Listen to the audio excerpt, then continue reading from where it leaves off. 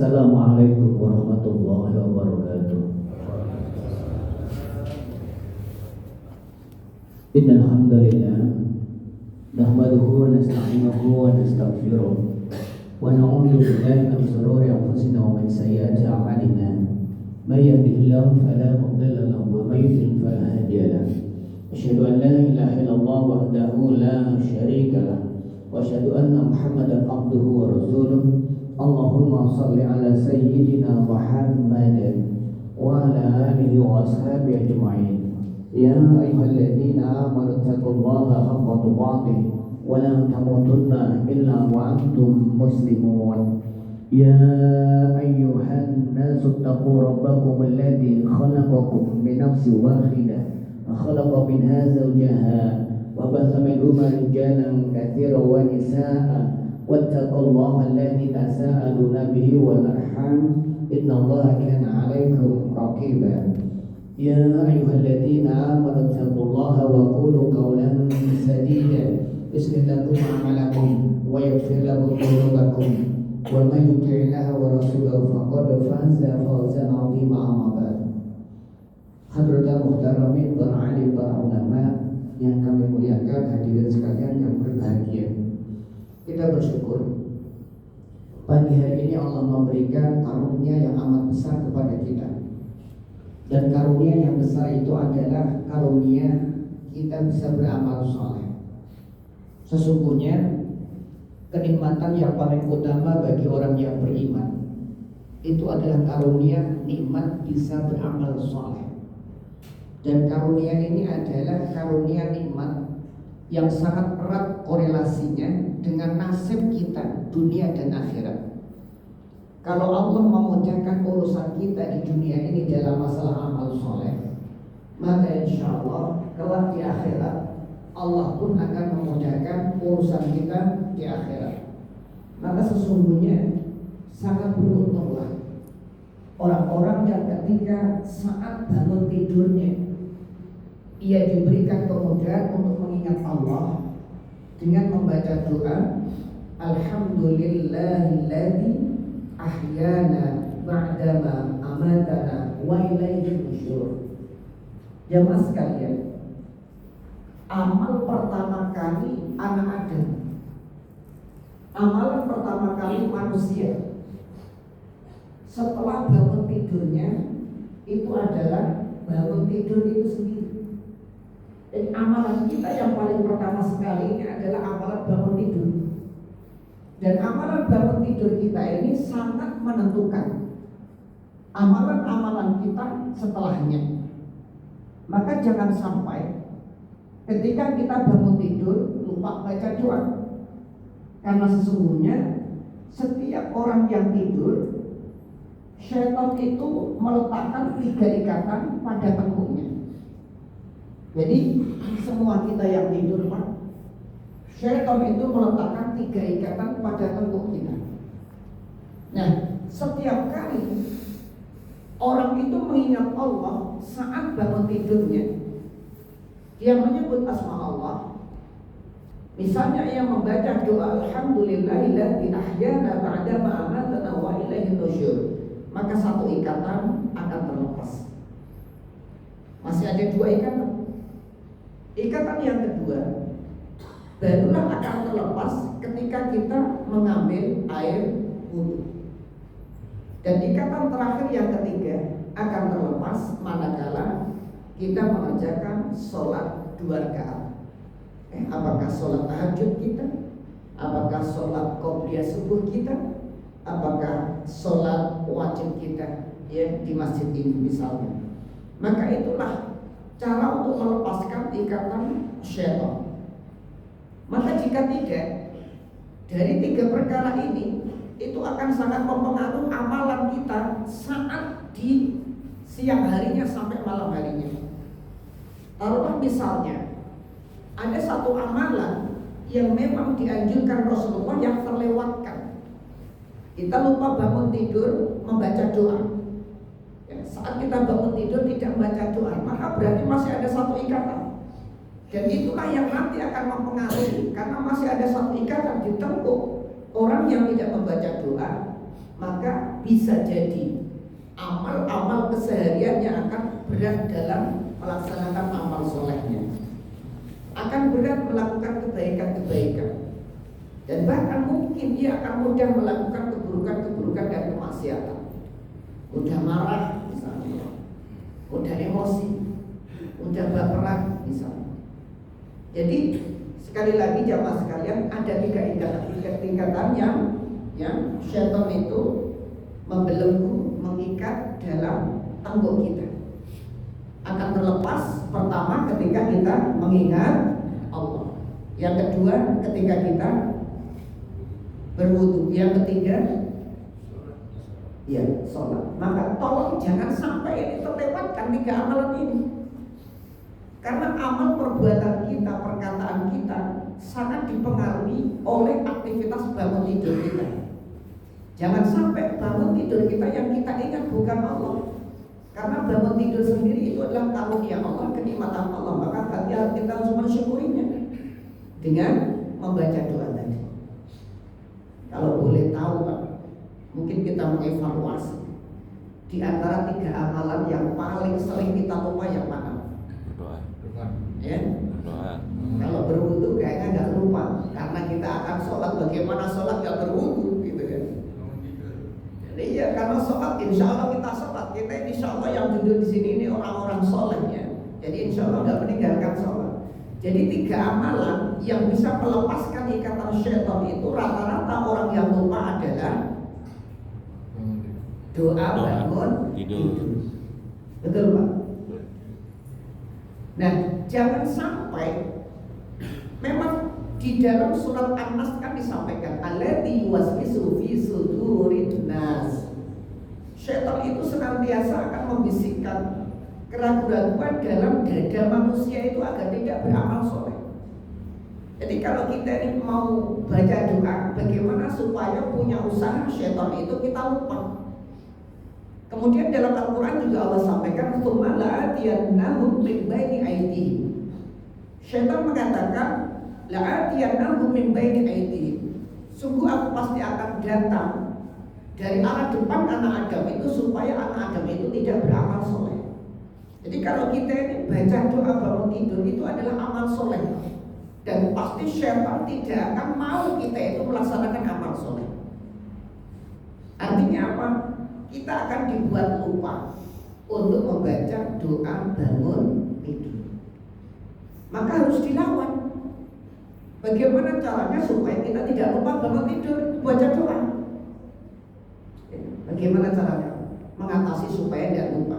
Jangan sampai kemarin malam bangun tidur nggak baca doa, kemudian hari ini nggak baca doa, besok lagi nggak baca doa, lusa lagi nggak baca doa, terus menerus kita kalah dengan syaitan. Maka harus dibuat cara supaya kita nggak kalah dengan syaitan, supaya kita bisa baca doa saat bangun tidur. Gimana caranya kira-kira? Supaya bisa baca doa saat bangun tidur itu yang kita lakukan apa kira-kira? Gimana Ustaz? Ditulis di kamar. Pak, mohon maaf ini, tolong dijawab. Pernah nggak Bapak lupa bangun tidur itu baca doa? Sering. Sering ya. Nah, bagaimana mengantisipasinya supaya nggak lupa lagi? Nggak ada usaha. Saya usul Pak. Ini pengalaman. Kalau kita ini sering lupa saat baca doa, ingat Pak ya, baca doa itu amal soleh. Baca doa ini adalah ittiba Rasul. Baca doa bangun tidur perintah Rasulullah, dan pasti kita dapat pahala. Maka syaitan pasti akan menghalang-halangi dan bahkan membuat kita lupa. Maka jangan sampai kalah terus-menerus. Kalau perlu Pak, di depan tempat tidur kita itu dipasang tulisan yang gede-gede. Ini kalau Ustaz Usman bilang seperti itu. Ini caranya. Pulang dari sini mampir ke percetakan Pak. Pak percetakan, tolong buatkan saya spanduk 5x5 misalnya. Apa isinya? Jangan lupa doa bangun tidur, begitu Pak. Itu di antara caranya. Ya. Atau kalau mungkin terlalu besar ya tulislah, ya oke, kecil-kecil. Tapi itu isinya mengingatkan kita agar bisa doa bangun tidur. Jangan sampai kalah terus setiap hari. Maka inilah jamaah sekalian, amalan-amalan kecil yang tidak boleh kita remehkan. Karena itu sangat berpengaruh aktivitas dalam keseharian kita. Karena amal kita, kegiatan kita pertama sekali itu adalah kegiatan bangun tidur. Maka ketika kita bangun tidur baca doa, akan terus gampang ingat Allah. Masuk kamar mandi biasanya kan banyak orang yang lupa nggak baca doa. Biasanya kalau orang dari bangun tidurnya sudah nggak baca doa bangun tidur, masuk kamar mandinya juga biasanya lupa baca doa masuk kamar mandi. Allahumma inni a'udzubika minal khubuthi wal khaba'ith. Masuk kamar mandi dengan kaki kiri kita melangkah, dapat pahala lagi, Pak. Ya, bangun tidur saja sudah dapat pahala. Kemudian setelah bangun tidur masuk ke kamar mandi dapat pahala karena baca doa. Keluar kamar mandi baca doa. Yang paling pendek apa? Ghufranaka. Itu saja minimal.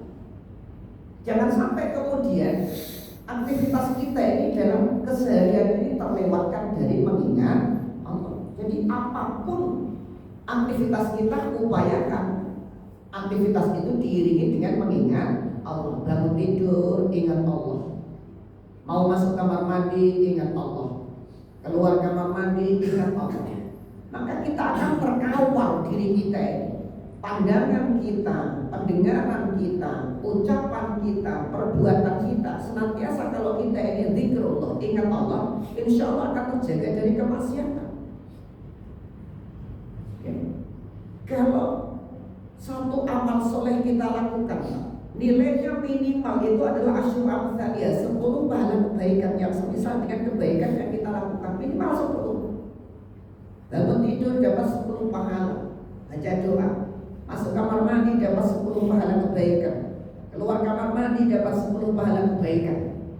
Ya.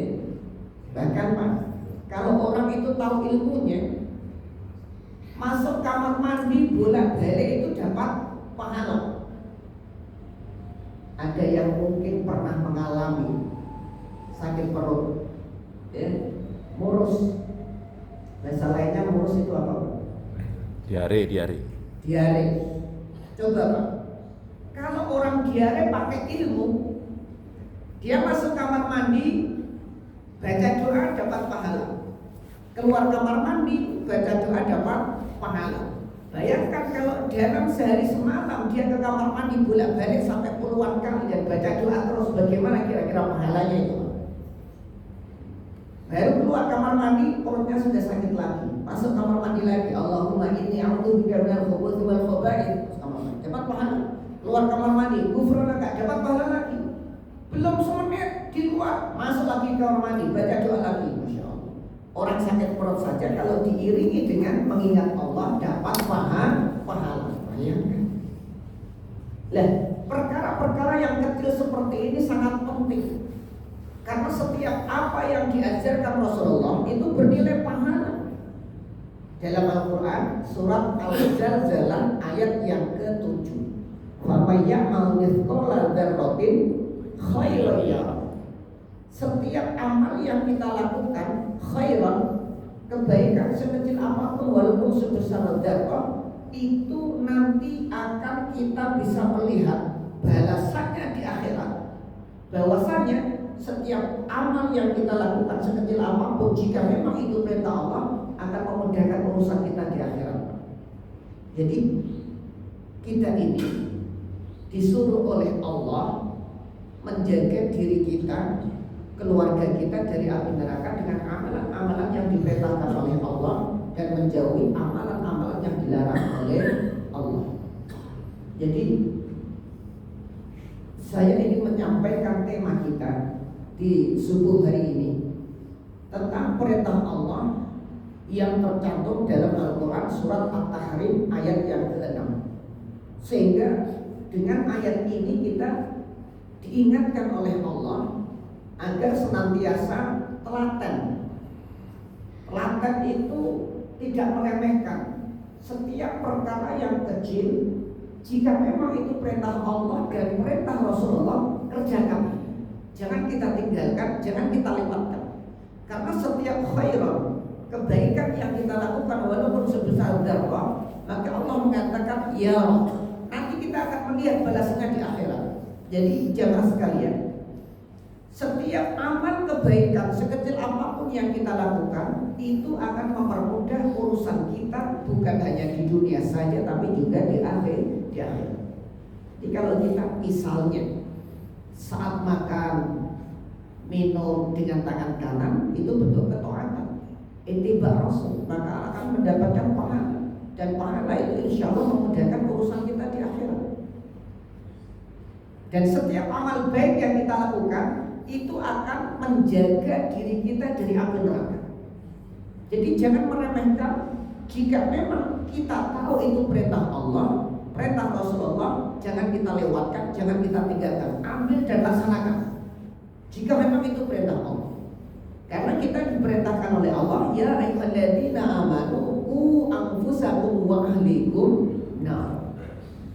Surat At-Tahrim ayat 6. Hai orang-orang yang beriman, jagalah dirimu dan keluargamu dari api neraka. Allah menjelaskan dalam ayat ini keadaan neraka. Makanya Allah memerintahkan kita menjaga diri kita dan keluarga kita. Jadi bukan hanya diri kita, tapi Allah memerintahkan wa ahlikum. Keluarga kita juga harus kita jaga. Jadi jangan sampai kita ini hanya alim sendiri, ahli ibadah sendiri, taat sendiri, soleh sendiri, tapi membiarkan keluarga kita tidak taat, tidak ahli ibadah, tidak mau menjalankan perintah, tidak taat. Itu jangan sampai. Karena ini paket dalam ayat ini. Qu anfusakum wa ahlikum nar. Jagalah dirimu dan keluargamu dari api neraka. Jadi ini paket, Pak. Jangan dipisah antara diri kita dan keluarga kita ini. Dan Allah menyampaikan wa quduhan nas wal hijarah. Neraka itu, Pak, isinya disampaikan oleh Allah dalam ayat ini, bahan bakunya adalah bahan bakarnya. Ya, wa quduhan nas wal hijarah. Bahan bakar neraka itu adalah an-nasu, manusia. Jadi setiap kali neraka itu diisi oleh manusia, setiap kali ada orang yang dilemparkan ke neraka, maka semakin dahsyat gejolak api neraka itu. Semakin menggelegar api neraka itu setiap kali ada orang yang dilemparkan ke neraka. Karena yang menjadi bahan bakarnya adalah an-nas. Yang kedua apa? Al-hijarah. Bahan bakar neraka itu adalah selain manusia adalah batu. Yang batu itu, Pak, kalau Bapak pernah melihat ada gunung meletus itu, batu itu semakin lama di dalam api, maka panasnya bagaimana? Panasnya semakin kuat, semakin hebat panasnya. Dan bayangkan, neraka itu sudah diciptakan oleh Allah saat ini, dan nantinya akan dijadikan penghuni orang-orang yang mereka ingkar kepada Allah. Sekian lama neraka sudah menanti penghuninya. Maka kita berlindung kepada Allah agar kita ini dihindarkan dari api neraka ini. Makanya kita senantiasa berdoa. Saat sholat sebelum salam ada anjuran berdoa berlindung dari api. Allahumma inni a'udzubika min adzabin nari wa min adzabil qabri wa min fitnatil mahya wal mamati wa min syarril masihid dajjal. Kita disuruh untuk berlindung dari api neraka. Maka karena neraka ini begitu dahsyatnya, dan Allah sampaikan bahan bakarnya adalah manusia dan batu. Alaiha malaika. Penjaganya neraka itu malaikat. Penjaganya para malaikat yang tidak pernah ia mendurhakai Allah, sangat taat kepada Allah. Ghiladun syidadun. Malaikat itu diterangkan oleh Allah karakternya. Malaikat-malaikat itu karakternya adalah kasar. Ya, kemudian syidadun, sangat keras. Jadi malaikat ini tidak mengenal belas kasihan ketika dia menyiksa. Ya, jadi yang menjaga neraka ini adalah para malaikat yang begitu dahsyat siksaannya, ya, ghiladun syidad, yang sangat kasar, sangat keras. La yasunallah ma amaroh. Dan ingat Pak, malaikat ini dikatakan oleh Allah la yasunallah ma amaroh, tidak pernah membangkang atas perintah Allah. Ketika dia diperintahkan untuk menjaga neraka, untuk menyiksa para penghuninya, maka dia akan taat, terus menerus dia jalankan perintah itu. Jadi dari sini kita bisa paham, Pak, begitu dahsyatnya neraka yang diceritakan oleh Allah dalam Al-Quran. Ya, penjaganya adalah para malaikat yang tidak mengenal belas kasihan. Ghiladun syidad, begitu kasar, begitu keras, yang mengadab, yang menyiksa orang-orang yang masuk ke dalamnya. Makanya kita disuruh menjaga diri kita dan keluarga kita dari api neraka.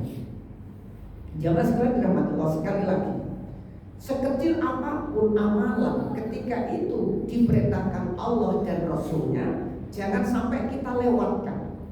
Ambil dan laksanakan, maka insya Allah itu akan menjadi tameng, menjadi pencegah agar kita ini tidak masuk ke dalam neraka. Setiap kebaikan yang kita lakukan, sekecil apapun, ya, apalagi kalau Bapak bisa duduk di tempat ini, ya, bisa tadi sholat subuh berjamaah, apalagi tadi sebelum sholat subuh berjamaah didahului dengan melaksanakan sholat sunnah qobliyah subuh 2 rakaat, masya Allah.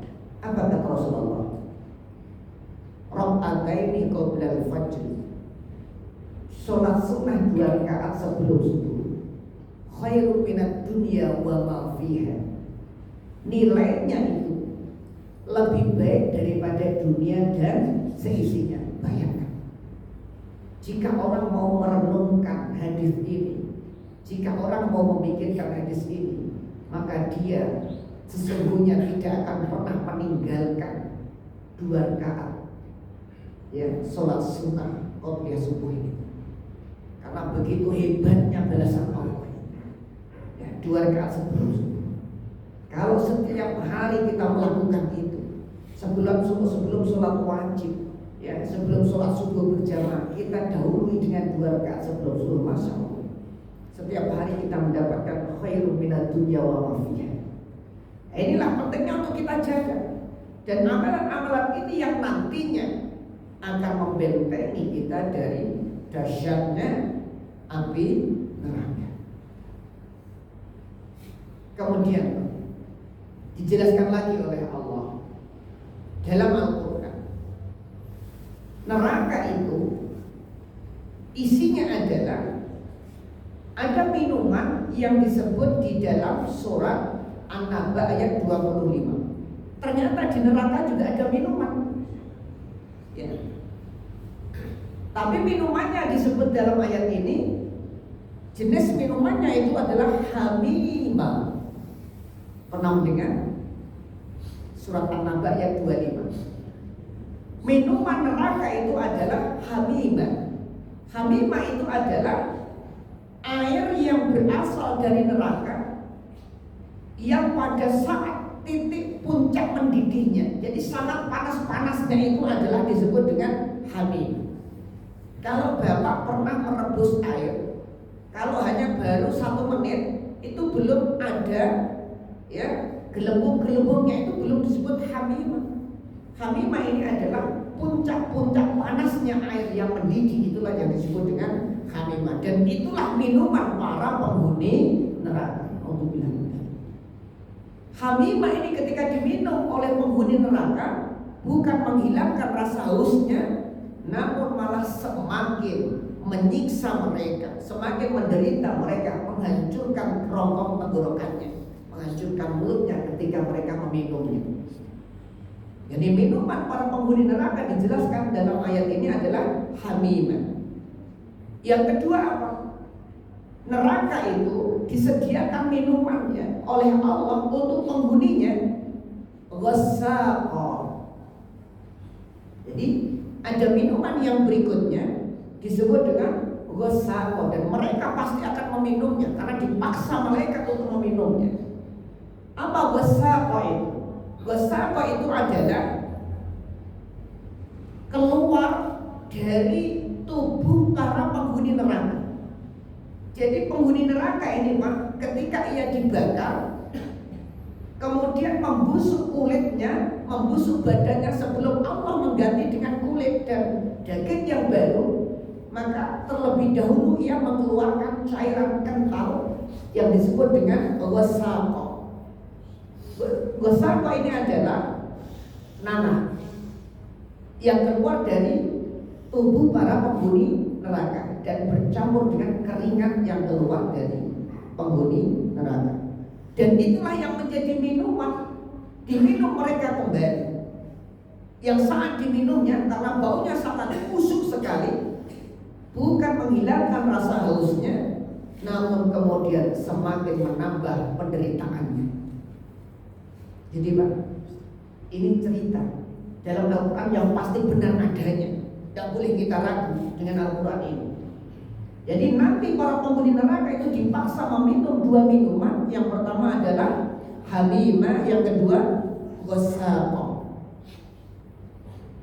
Oleh karenanya kedua minuman ini tidak membuat mereka hilang hausnya. Apa yang terjadi? Kemudian penghuni neraka ini memanggil-manggil para penghuni surga. Ternyata Pak, ada komunikasi antara penghuni neraka dan penghuni surga. Ada pembicaraan antara penghuni neraka dan penghuni surga. Ini disebut oleh Allah, dijelaskan dalam Al-Quran surat Al-A'raf ayat yang ke-50. Wa nada ashabun nar ashabal jannah. Kemudian para penghuni neraka itu berteriak-teriak memanggil para penghuni surga. Apa panggilannya? Mereka mengatakan yaitu tentang afidu alaina minal ma'. Wahai para penghuni surga, tolong berikan kami sedikit air. Afidu alaina minal ma'. Wahai penghuni surga, tolong berikan kami sedikit air. Karena minumannya tadi hamimah dan ghassaqa itu tidak membuat hausnya hilang, malah semakin menderita, semakin tersiksa. Maka para penghuni neraka dia meminta-minta, merengek, mengemis kepada para penghuni surga. Tidak itu saja, dia tidak hanya minta minuman kepada para penghuni surga. Afidu alaina minal ma', berikanlah kami sedikit minuman. Au mimma razaqakumullah, berikan pula kami makanan wahai para penghuni surga. Berikan pula kami makanan yang Allah berikan kepada kalian. Ternyata para penghuni neraka ini tahu kalau penghuni surga itu mendapatkan minuman yang lezat, mendapatkan makanan yang lezat, sehingga para penghuni neraka ini meminta kepada penghuni surga. Bagaimana kemudian jawaban dari penghuni surga? Penghuni surga menjawab, Innallaha harramahuma 'alal kafirin. Sesungguhnya Allah mengharamkan minuman dan makanan yang kalian minta itu, hai para penghuni neraka. Maka mereka mendapatkan satu kekecewaan, harapannya putus, harapannya padam karena tidak dikabulkan. Allah mengharamkan atas mereka minuman dan makanan yang mereka inginkan, yang mereka minta. Minuman surga Allah haramkan untuk mereka, makanan surga Allah haramkan untuk mereka. Maka kemudian mereka terus menerus mendapatkan penderitaan, azab dan siksa di dalam neraka. Nauzubillah min dzalik. Jamaah sekalian,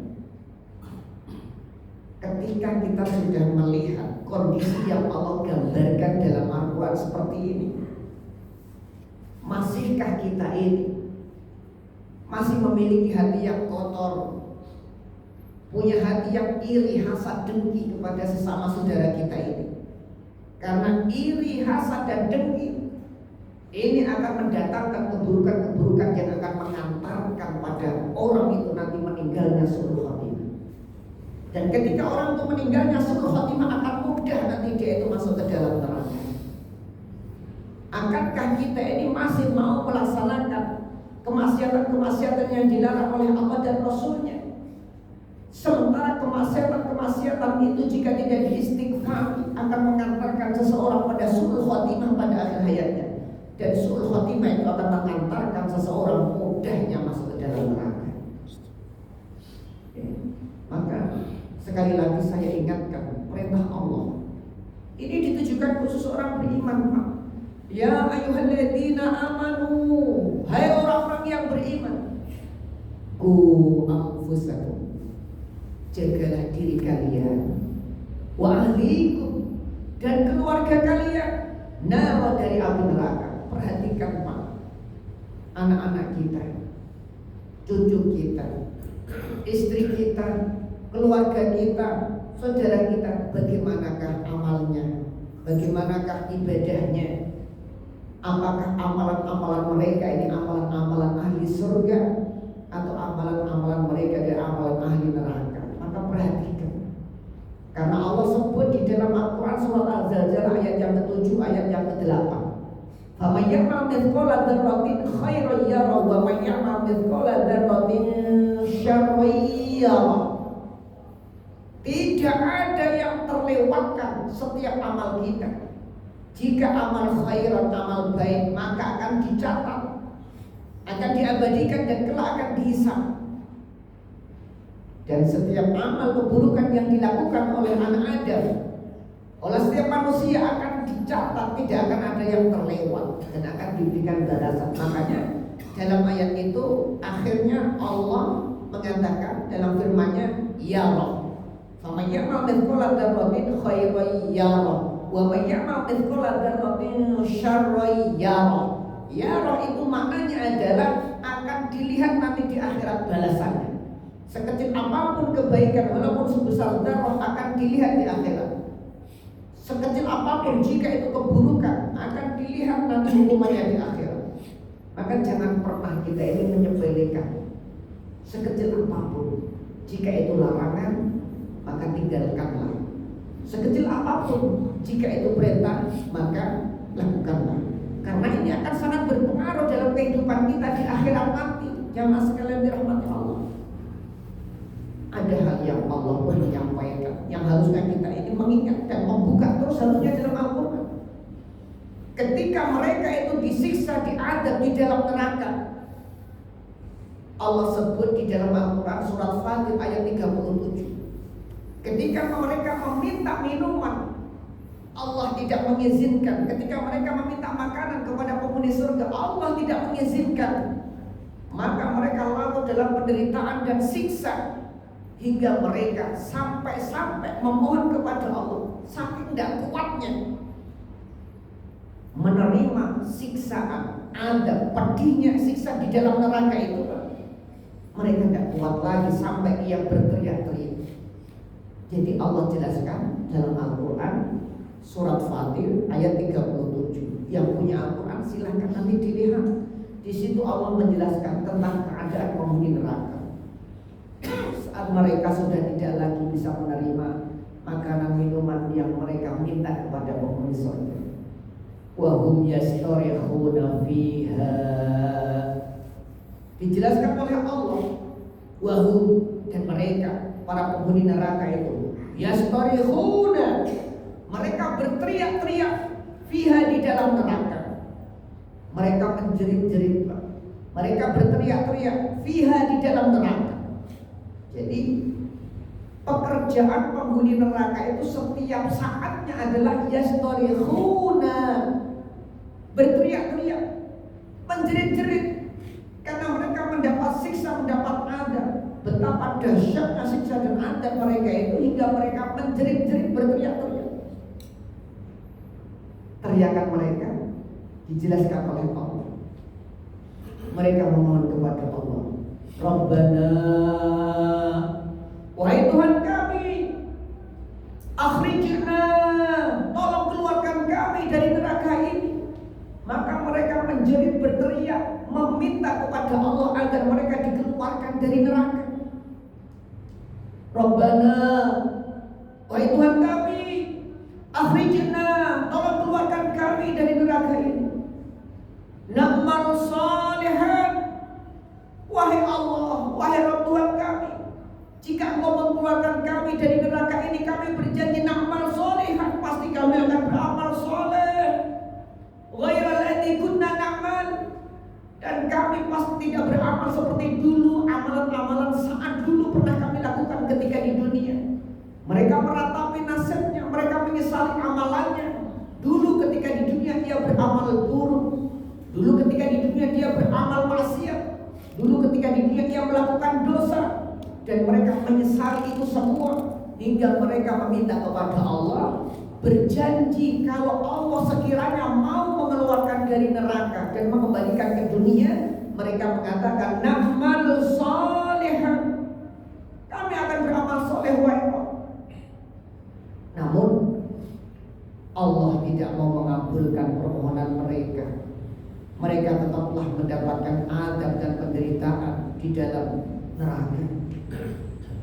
Maka jemaah sekalian dirahmati Allah, begitu banyak penjelasan Allah dalam Al-Quran tentang keadaan para penghuni neraka ini. Jangan sampai kemudian kita tidak belajar dari ayat ini. Jangan sampai kita tidak memperhatikan begitu dahsyatnya Allah menjelaskan tentang keadaan neraka itu. Jangan sampai kemudian kita lengah dan kemudian tidak memperhatikan diri kita dan keluarga kita. Maka terus menerus kita berusaha agar kita ini terhindar dari api neraka. Maka jemaah sekalian, ada yang menarik saat mereka terus menerus meminta kepada Allah, saat mereka meminta untuk dikeluarkan dari neraka dan Allah tidak mau mengabulkan, kemudian mereka meratapi nasibnya. Mungkin kalau bahasanya itu bahasa menyesal, Pak.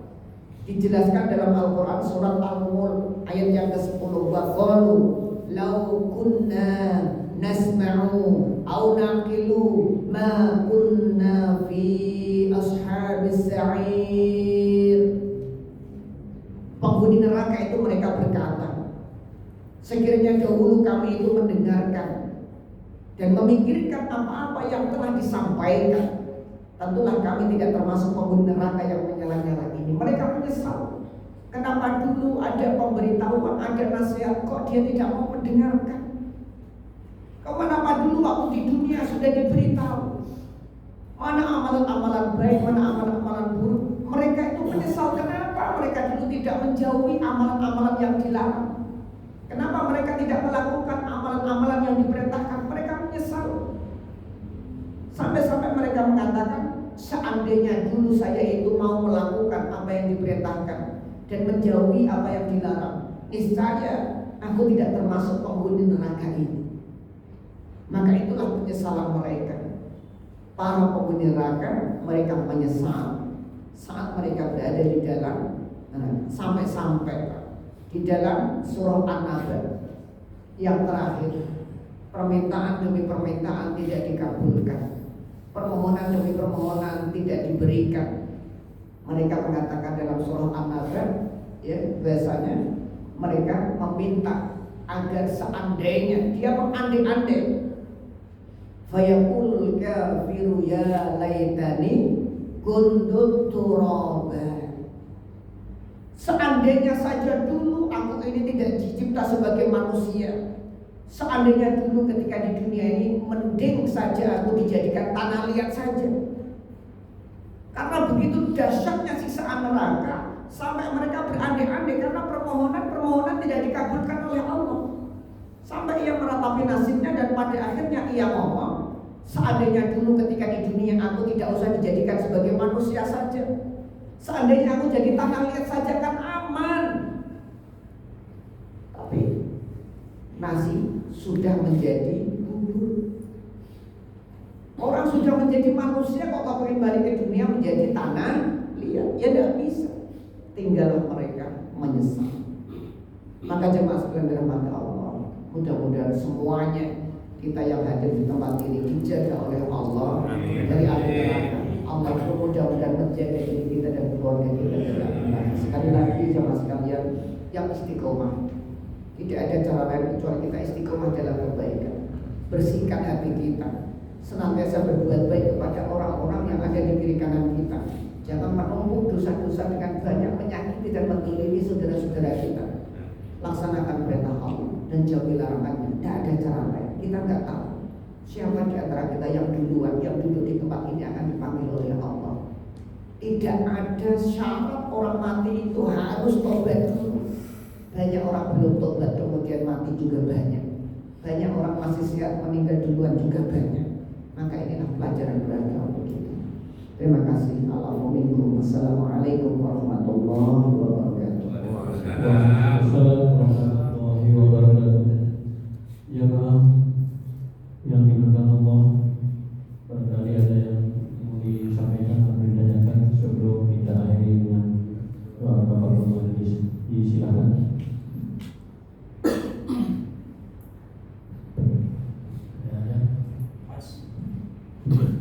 Ya nanti sambil di luar sambil ngomong.